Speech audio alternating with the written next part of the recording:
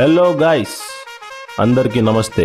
Welcome to day 3 of transformation. Today we are targeting our biceps.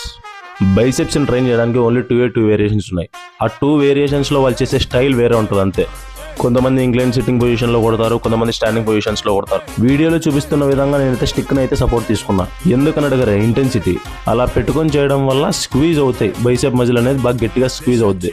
అలా squeeze అవడం వల్ల pain అనేది correct target muscle మీద అయితే పడుద్ది. ఇలా కొద్దిసేపు కెమెరా ముందర ఉన్నవి సెకండ్ వేరియేషన్ చేద్దాం నీట్గా.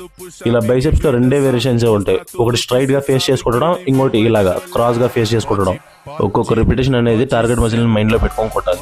టార్గెట్ మజిల్ పైన పడుతుంది అనే దానికి ఆ మజిల్ అనేది పెయిన్ రావాలి. జిమ్ లో అయితే చాలా రకాలు ఉంటాయి. కేబుల్స్ ని ఇన్వాల్వ్ చేసుకొని లేదా ఆ బార్ రాడ్స్ ని యూజ్ చేసి అవన్నీ అవసరం లేదు. హోమ్ వర్కౌట్స్ కాబట్టి 2 వేరియేషన్స్ బాగా బలంగా చేయాలి. ఈ ఎక్సర్సైజ్ అనేది బైసెప్స్ లో లార్జ్ మజిల్ ని టార్గెట్ చేస్తుంది దీన్ని.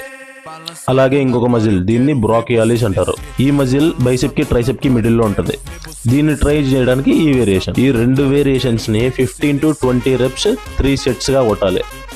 అప్పుడు మనం కంప్లీట్ బైసెప్ ని ట్రైన్ చేసినట్టు ఇలాగా మొత్తం. ఇక దాని తర్వాత మనం బిల్డప్ ఎవరు ఆపలేరు ఇంకా.